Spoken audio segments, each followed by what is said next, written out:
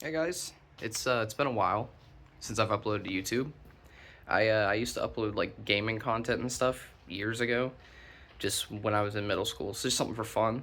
And I decided I want to go back to making content, but doing stuff that I'm more into now and having a way to kind of express my interests and passions and make content for you guys. And I want to get into automotive stuff, but the reason I'm making this video today is not the reason I wanted originally. This was going to be the surprise. 99 Kawasaki Mojave. That was going to be a rebuild project, maybe even do some custom work with it. But now I've got bigger issues. This bad boy, 96 S10. It's killing itself. Yeah. I intended on buying a new truck yesterday. And it was sold. It was sold the day I decided I was going to buy it.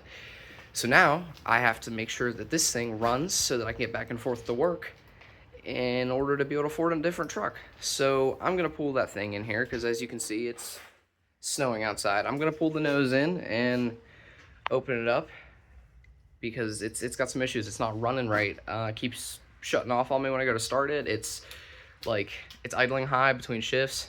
So see if I can get some sort of a diagnosis. It threw an engine code, but I don't want to drive it to AutoZone to get it scanned right now. Not until I check the couple things I think it might be. But I'm going to go ahead and get inside the truck and start it up to pull it in, and maybe you guys can see what's going on with it. Give me 1 second. All right, I just got in the truck. Issue is when I go to start it up, it really doesn't want to start. It shakes, and I got it the other night to start up after like 3 cranks. Ran up to, about a grand where it should, and then just died. It did that twice. And then I got it running and managed to get it home, and then it threw a code. I'm going to go ahead and turn the accessory on, because I should be able to, I'm going to get the snow off the windshield, because I got to pull this thing in the garage. But let me go ahead and show you guys. We'll see what happens when I go to start it. I'm not really sure how this is going to go. All right, here goes nothing. I'm going to take it out of gear, just clutch in. Oh, shit. Okay, there we go. So it idles high, but it started. Engine light's still on. That surprised me. Yeah, last night it wanted to, jump up, die, jump up, die. And when I started, it was shaking really violently. The engine code is up, but it's not doing anything right now, which is odd.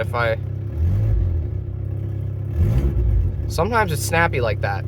Rarely. This is actually an uncommon occurrence. Normally, whenever I give it the gas, it goes up and then it wants to sit for a second and hang and then dip down, which is the problem when it's shifting, which can cause many other issues. I'm sure it's not great on the clutch.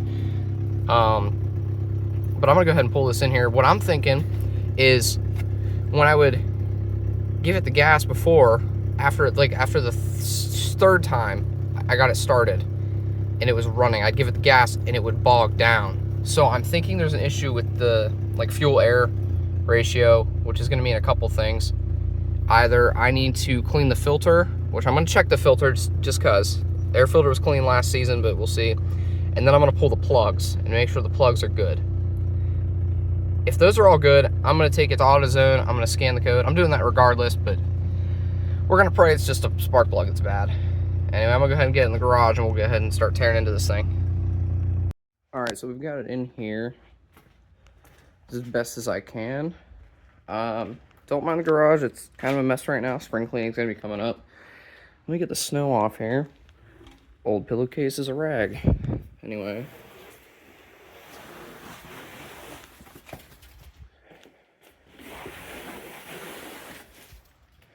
Get this cleaned off real quick.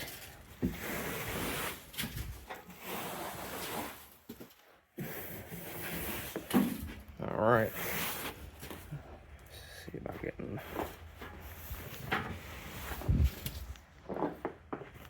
All right.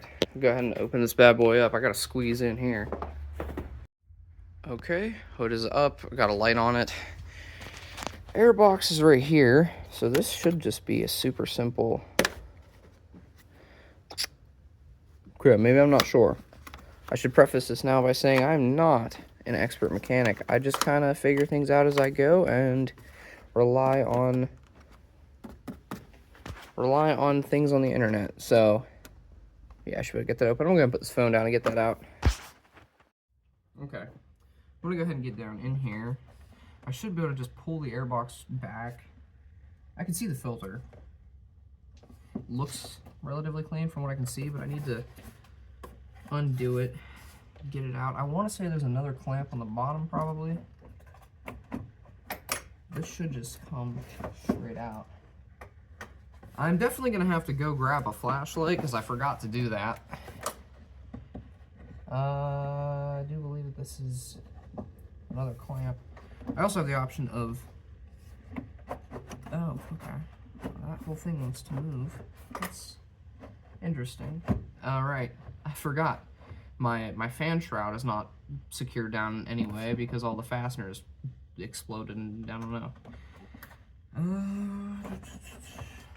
My next bet is going to be to remove this little hose here. So I've got the fan shroud and then a hose holding onto the airbox, like the front and the back of the case. So I think I'm going to just remove this fastener here and yeah, give me 1 second. Okay, so I'm going to go ahead and loosen this up, which will let me take this hose off. There is a sensor in the back of it, which, do I know what that sensor is? No, not really, but I'm gonna assume it's some sort of air intake.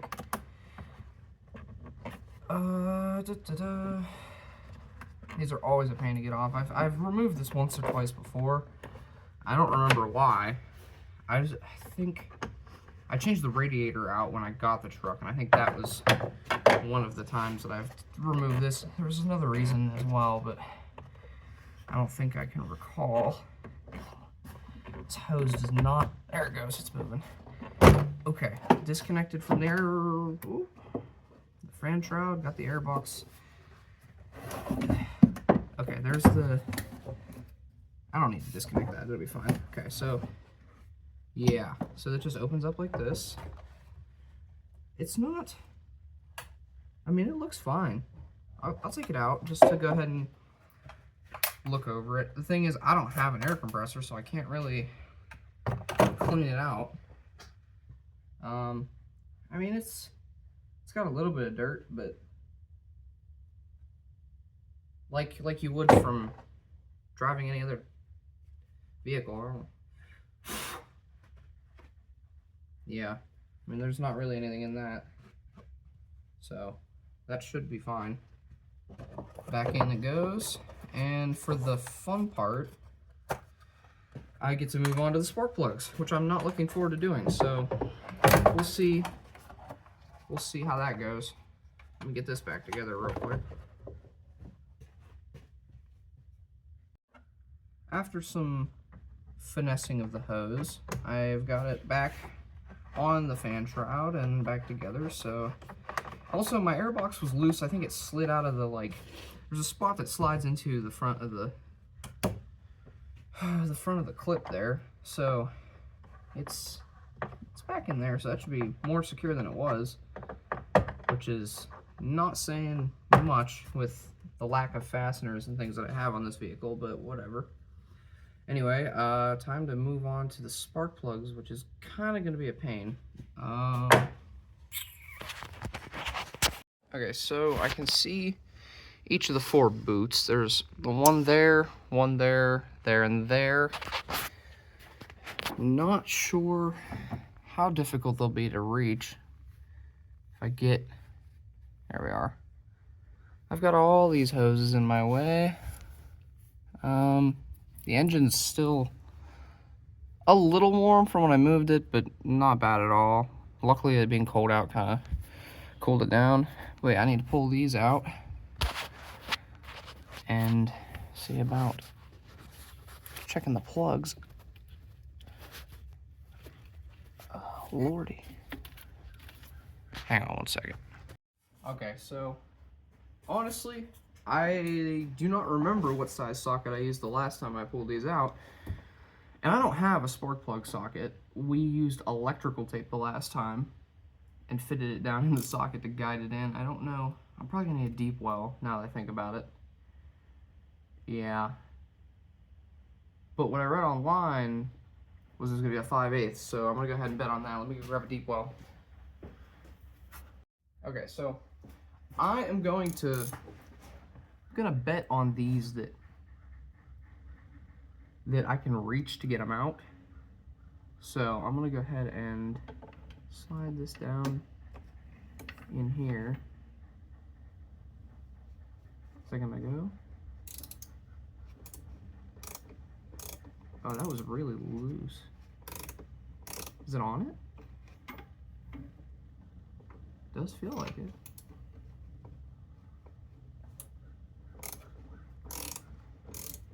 Judging by the fact that it's spinning one way and not the other, I'm gonna say it's on it. But that spark plug is, if it's spinning, it shouldn't be spinning.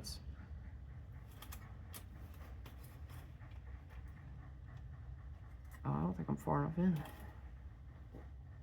No, definitely not.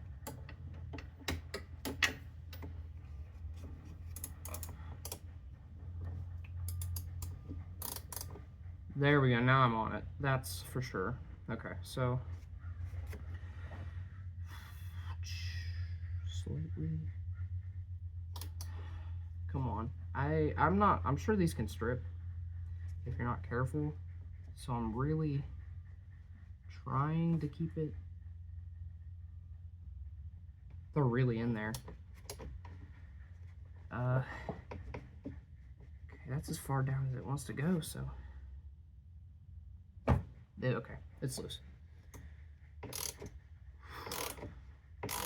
There we go. It's coming out.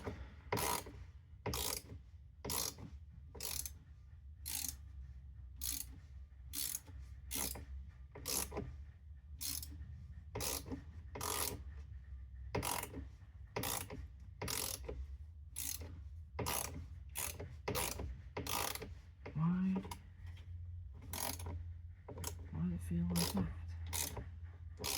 I see it coming up, for sure.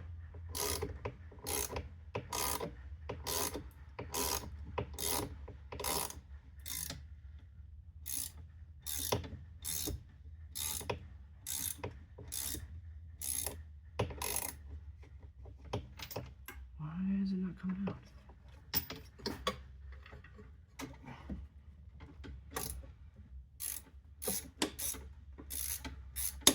There it goes. It's getting really loose now. It's out. Okay. Let's see if I can reach down. Got it. This is the for this back plug. I mean, it's got your usual amount of corrosion. Like, it's not even bad. It's not black or anything. It's just got a little bit of the like white. Let me see if I can show you. Oh man, very slight. I mean, I put these plugs in not long ago, so they're still good. I'm gonna run a piece of sandpaper between them just to be sure. But I got 3 more plugs to go, so we'll see how those look. Okay, so that one was fine. I just kind of like ran a little sandpaper over the upper side of the like contact. I was able to get it back down in with my hands because I have small hands, which, you know, you wouldn't think, but it's comes in handy sometimes. So I've got it back down in and got the thread started. And now I can just take it and put it back where it was. I'm going to go ahead and remove them one by one, take it out, check it, put it back in, put the boot on it, and then hopefully they're all good. I'm going to go ahead and speed up this process.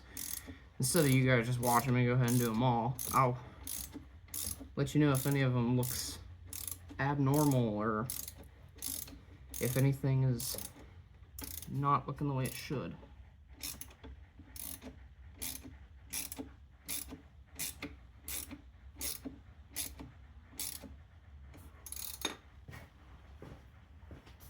On a side note, I don't torque spec anything. You should. Definitely don't do what I do. I don't, spark plugs, it shouldn't matter, just don't crank them down.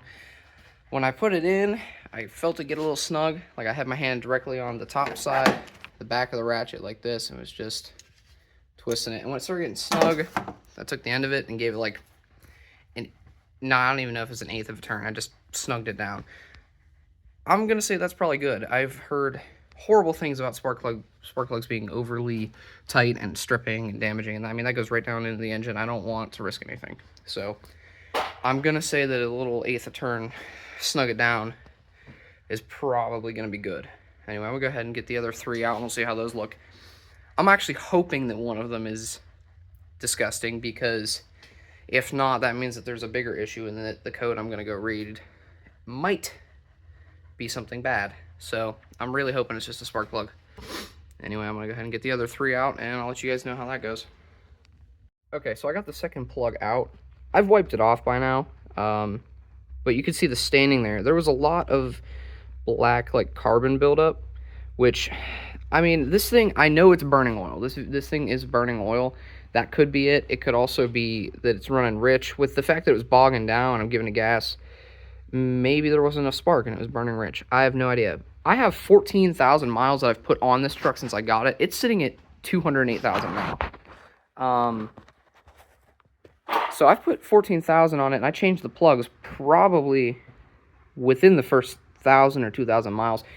These spark plugs easily have anywhere between 10 and 14,000 miles on them. And as far as I know, I think they're rated for like 8. So they're way overdue. I'm going to go ahead and change the plugs. I'm not going to pull the rest of them. The first one that I put back in, I'm just going to come back and take back out. But I'm going to go to the parts store now, grab 3 more, or well, no, a full, 4-pack of plugs, and then I am going to go buy a can of B12. Change the plugs, dump some B12 in the fuel, and then see how it runs. And then I'll take it to AutoZone, get the code read and ran on it, and see if it was just an ignition issue. It should be. Maybe I'll have the code read on it before I go ahead and put the B12 in, just to be safe, but I'm thinking it's going to be the plugs, so I'll be back with those. Okay, so I'm back from the parts store. $40 later. I probably could have got cheaper spark plugs, I'm sure of it, but I went with the OEM replacements. The ones I had originally were Bosch, like double iridiums or something. Let me see. I kept the old plug here. Yeah, it's a Bosch, Bosch double iridiums. I got AC Delco, because I know that's the GM OEM brand. But I got AC Delco double platinums. So they were $10 a piece. But I've got them. 4 new plugs. And I'm just going to go ahead and replace them and see if that fixes my problem. It might. I mean, it's well overdue for plugs, so we'll see if it stops burning rich and wants to actually run right. So I'm going to go ahead and get these all taken out and put back in, and we'll start it up. We'll see what happens. I hope it works. I hope it works out, because if not, there's $40 and I still have a truck that runs like shit. So we'll see. So with this being an older engine, taking the plugs out, I can feel like a bit of rust down in the threads and everything. They're not stripped or anything. It's just, you get debris and rust down in those, especially on something that's 30 years old. So what I'm going to do is, with the new spark plug, I'm just going to take a little bit of lubricant. I'm going to use Aerocroil, and you just, a little bit on the fingers, right? You can just shake that off, and then you just wipe the threads. I think actually I shook too much of it off, but just a little bit of lubricant. Not enough that it's going to like, get down in everything. I don't think it would hurt anyway. I'm pretty sure it would burn off, but you just kind of get a little bit on the threads so that whenever you put it in, it'll kind of get that lubricant down. Ooh, get that lubricant down in those threads a little bit, kind of help with the rust. But anyway, I've got 2 done so far. The next 2 that I'm doing are kind of up towards the front of the engine, right here. And I got to work around the air compressor, which, by the way, doesn't work. It just sits in there and takes up space. So I got to squeeze down in here between the air compressor and the engine. But, it's fine. Little hands. I got it. So this last boot is giving me trouble, because you can see it is right down there, which is between some of the like front mounting hardware, and I got a bunch of hoses. There's, I think this is a wire loom or something. I can't really see. I'd assume so by the plastic on it. But yeah, I've got several things in my way. I can get my hands on it. I can get about 2 or 3 fingers on the back side. I can get it like this. And I can get a finger up under the edge to pull it this way from that side. But it's not enough leverage to get it out. So I'm going to take a set of channel locks and reach down. Try not to grab it too far down as to not crush the metal, like, you know, seat in the bottom of it. But I'm just going to grab it and see about pulling it up out. So let's see if I can get it out that way. Okay, so I had to wrestle with it. The channel locks did nothing. They were too awkward to get in there, and the issue was the way that that spark plug is positioned. It literally comes straight up. It's like in line with where that hose is sitting. So if you pull it this way, like I tried to maybe tug it under, it's bent at an angle and it like kind of just hangs in there. You try to pull it back this way, you're curving it that way, and you're not pulling it straight up. The only way I could pull it straight up is I had to get 2 fingers on this side, 2 fingers on this side, and I had to get in and like hug the top of this hose and just like pull straight up with my fingers, and I had to like get in there. Dirty as hell, but I got it out. So I'm gonna go ahead and get the spark plug out. Get this last one done. So we're almost finished with this. Okay, so might have figured something out. You see all that grit? That is the rust I was telling you about. Unfortunately, there's not really too much I can do about that, but that's why I'm coating the plugs as I put them in. But the other ones had like a carbon burn on them, which it does down here by the ceramic. But up here, it looks really oily, and there's like a burnt orange on it. The other ones, I'm gonna go look, but I don't believe that even the like tip around there had any orange on it. And I mean, the rest of the upper metal right there around the like connectors, around, you know, around the like little diode, it's like, it's got oil, which I knew this engine was burning oil, but it's this closest like front cylinder. It's got to be that one. So that's something to look into, but I'm going to go ahead and replace the plug in here, and hopefully it'll make a difference for now. That's going to be a bigger issue down the road, but honestly, hopefully I'm not even dealing with this truck by then. We'll see if we can get this running so I can get back and forth to work and maybe look at getting something better. Anyway. Okay, so the new plugs are in. The wires are all fastened down. I'm going to go ahead and get this light out of here and shut the hood and everything, and I'm going to go ahead and try and start it up. We'll see. Moment of truth. Let me see. I'm going to go ahead and get this all out of the way. Alright, it's starting to get dark, so the lighting isn't great, but here it is. Ooh! It's idling high. Well, yeah, it's idling a little high. Let me see. Yeah, it seems to be... No, I mean, it's not hanging like it was. It's a little slow on the, descent, but I mean, it's way snappier than it was, and it started right up. Nice. That's good. That's what we like to see.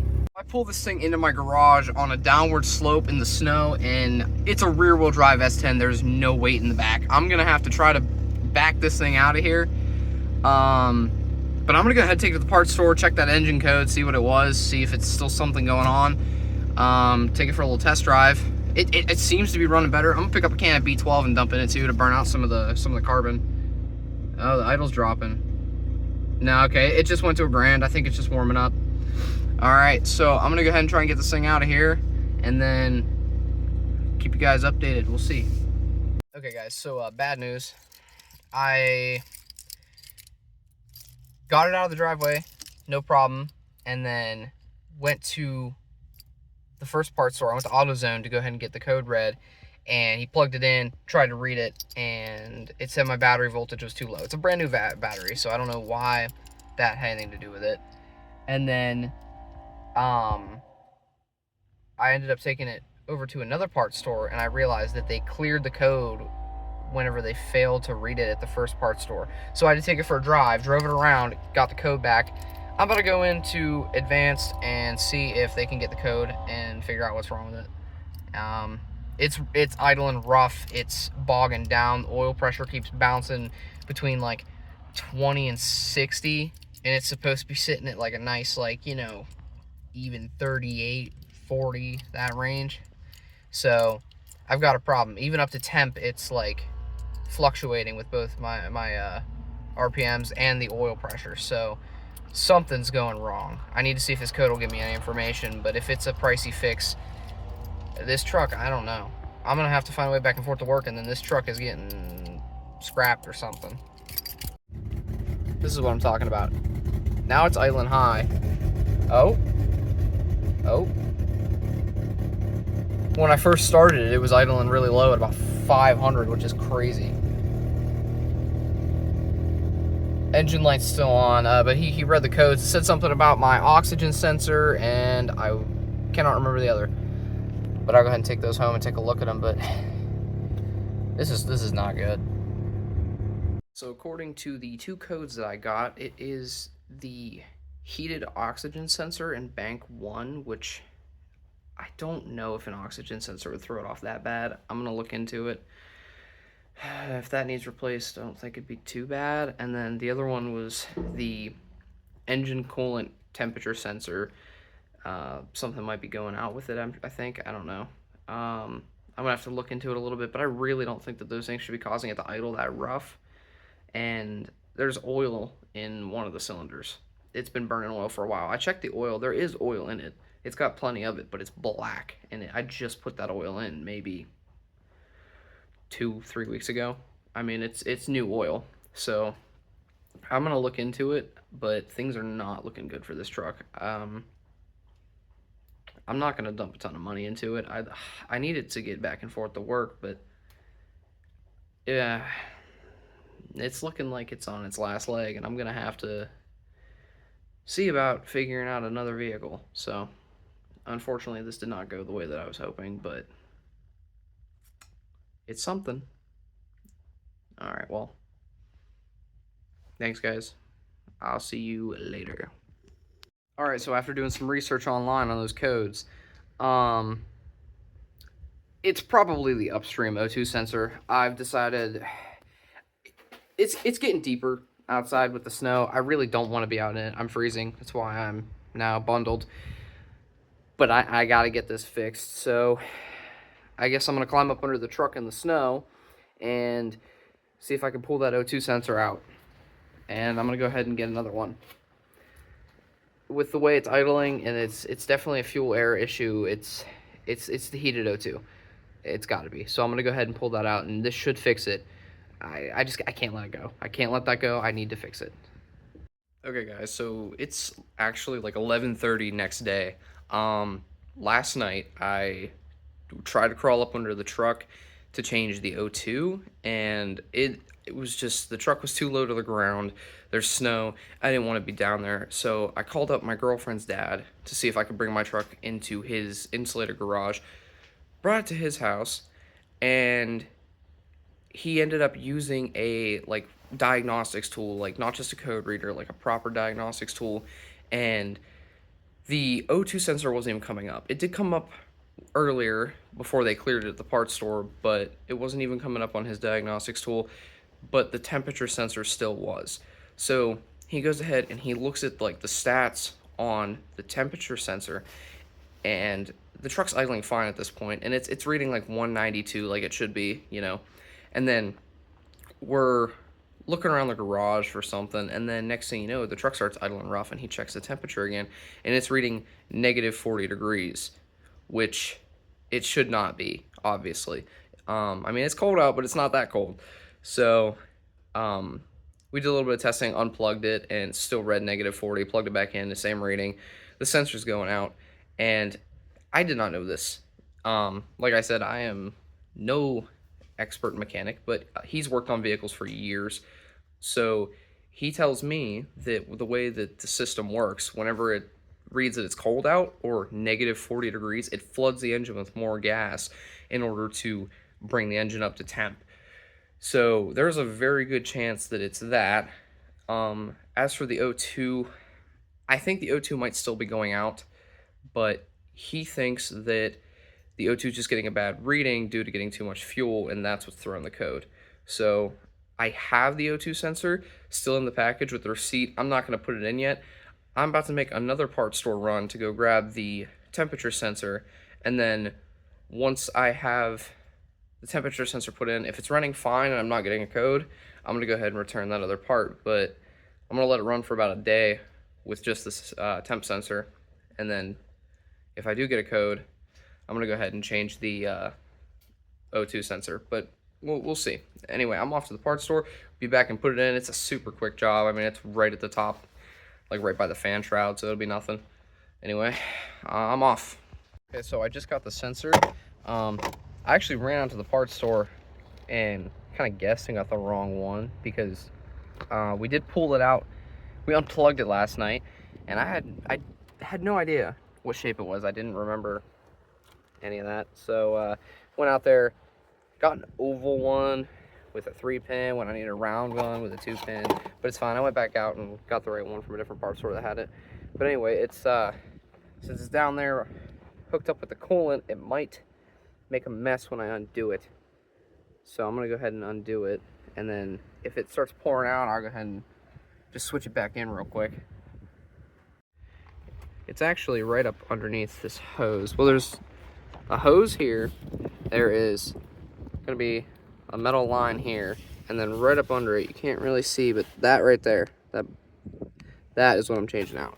So I've got a new one here in the box, and all I gotta do is unscrew it. I think a deep well socket might fit over it if it's the right size.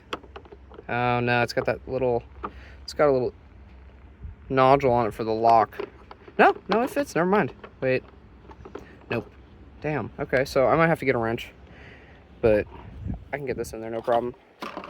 Anyway, I'm gonna go ahead and get that done, and then we'll see. We'll plug it back in and see what happens. Okay, so I don't have enough room to get in there with a wrench, and I don't have a deep well that's gonna fit that whatsoever. So I gotta get this fan shroud off. I'm trying to pull a wrench up through these fan blades, and that sensor is stuck in there pretty good, so I need this out of my way. So now I get to take this fan shroud off, which should just be this pin right here, and then a couple hoses. So couldn't do it that way. I might even get away with leaving that air box on if I just unplug it right here. So I'm gonna get this out of the way now. Okay, so left the air box attached simply because it was easier for me to pull this hose. Pulled this hose, pulled that. I had to take, what, 1, 2, 3, 4, 5, 6, 7 different bolts to get the fan shroud out. So I got the intake air box thing out, got the fan shroud off, but now I can reach right back to that. I mean, the fan blades are still in my way, but I have more room, more leverage, so that'll be nice. So my new sensor, I believe, is a 3/4 or a 19mm, and it fits. This one down here, the old one, nothing I have is fitting it. Neighbor across the street brought me a box of crow's feet, and I've been trying them. They're not working out too well. He thinks it's going to be a 20mm, so he's going and grabbing that. What makes it particularly hard is, oh, well, that's coming out. Oh, that sensor's going to rip right out. Watch this. Hang on. So there's that. Anyway, there's the stupid fitting in there. This upper fitting up here is too big to get tools in between. You can get some stuff in there, but not much. There we go. This is Donovan. He's got it. He's got it. It was a 20. He's working at an angle, but it's moving. Got the piece of shit out. Hey! It's out? It's moving. I can finally move it by my fingers. Nice. Okay, so we got wrapped up in putting that back in, but that's in there now. You can barely see. It's in. Got all this on. Before I got all this on, I started it up, and the first startup, it died on me. Now, it could just be because the computer needs time to reset. It could be running off of the previous settings. But after I started up a second time, it ran good. I hit the gas, and the idle dips back down the way it's supposed to. Like it returns to, you know, normal really quickly. So that definitely helped. I still think the O2 might be bad. Might be. I'm gonna hang on to the O2 for a few days, drive it around the way it is. If it clears the code and it works, then it works. It's done. I'll take that sensor back. If it keeps acting up a little bit and the code's thrown for the O2, I'll go ahead and change the O2. I found out I can reach the O2 through here, like up behind. It's not easy, but I got kind of skinny arms. I might be able to make it work, or reach up through the wheel well or something. If not, I can get it done. It's just a plug and unthread it. Also with that one, I don't know, it might be a little bit more difficult because it's kind of long and big. I don't know if I get a deep well on or anything, but yeah. So that one that was stuck in there for some stupid reason was a 20 millimeter, but we got it out. It's all good. So I'm gonna go ahead and get this closed up and go ahead and start it up. All right, I'm in the truck now. Throw it in neutral and turn it on. See, it started a little rough at first, but I think it's still resetting. But it still started first try there. Engine light's still on. That might clear. I don't know if the computers in these vehicles, like as old as this thing is, I don't know if it automatically clears if it no longer reads that issue, but it was reading O2 before, so go ahead and I'll drive it around, see if it does any better. I mean, here. I mean, idle's a little slow on the return, which could still be the O2, but it's way quicker than it was. It was hanging before, so I mean, it's a lot better. It's a lot better. Regardless, that was an issue that needed fixed, and it's fixed now, so we're good.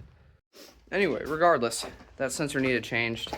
It should run better no matter what. We'll go ahead and give it a little while. I'll drive around the way it is, and if the O2 needs change, I'll do that later. But you know, it's running better for now, and it's done. We got that bit done, so I think it's gonna be good. It's gonna get me to work today, so I gotta go ahead and get cleaned up now because I gotta leave here in like 20 minutes. So yeah, it was a pain. Project was kind of annoying, but got it done. Running better. Hopefully you guys enjoyed watching me struggle a little bit. I don't know. If I gotta change the O2, that'll be another video. We'll see. Anyway, I will see you guys next time. Bye-bye.